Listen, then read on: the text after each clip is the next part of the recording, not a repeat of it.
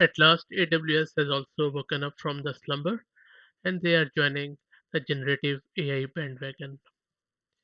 AWS has announced a global generative AI accelerator program for the startups. So instead of building their own technologies and chatbots and that sort of thing, they are hoping that some cool startups from across the globe would join them, and then AWS would capitalize on their learnings.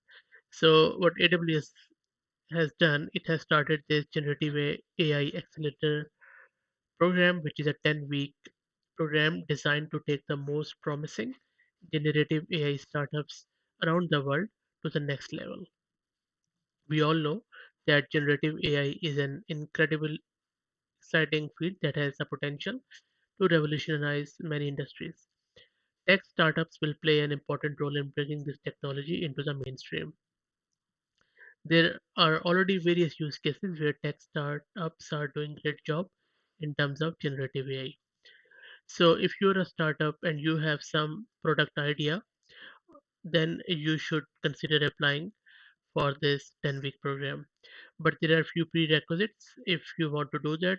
For example, the startup should have a minimal viable product or MVP already developed, some traction with customers, and be working to enhance their product value proposition in order to scale. I think the barrier is quite high here, so you need to have some customer traction too, which seems hard, especially in terms of generative AI.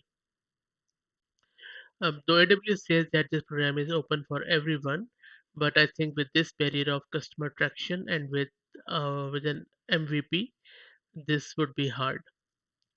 Now, there is no specific use case on the basis of which you could apply and uh, be accepted in this program. It could be anything from legal and marketing, software engineering, green energy, life sciences, even drug discovery. But all in all, I believe it's a good step, but AWS needs to lower their barrier of entry. It does offer a compelling program for founders building in the generative AI space.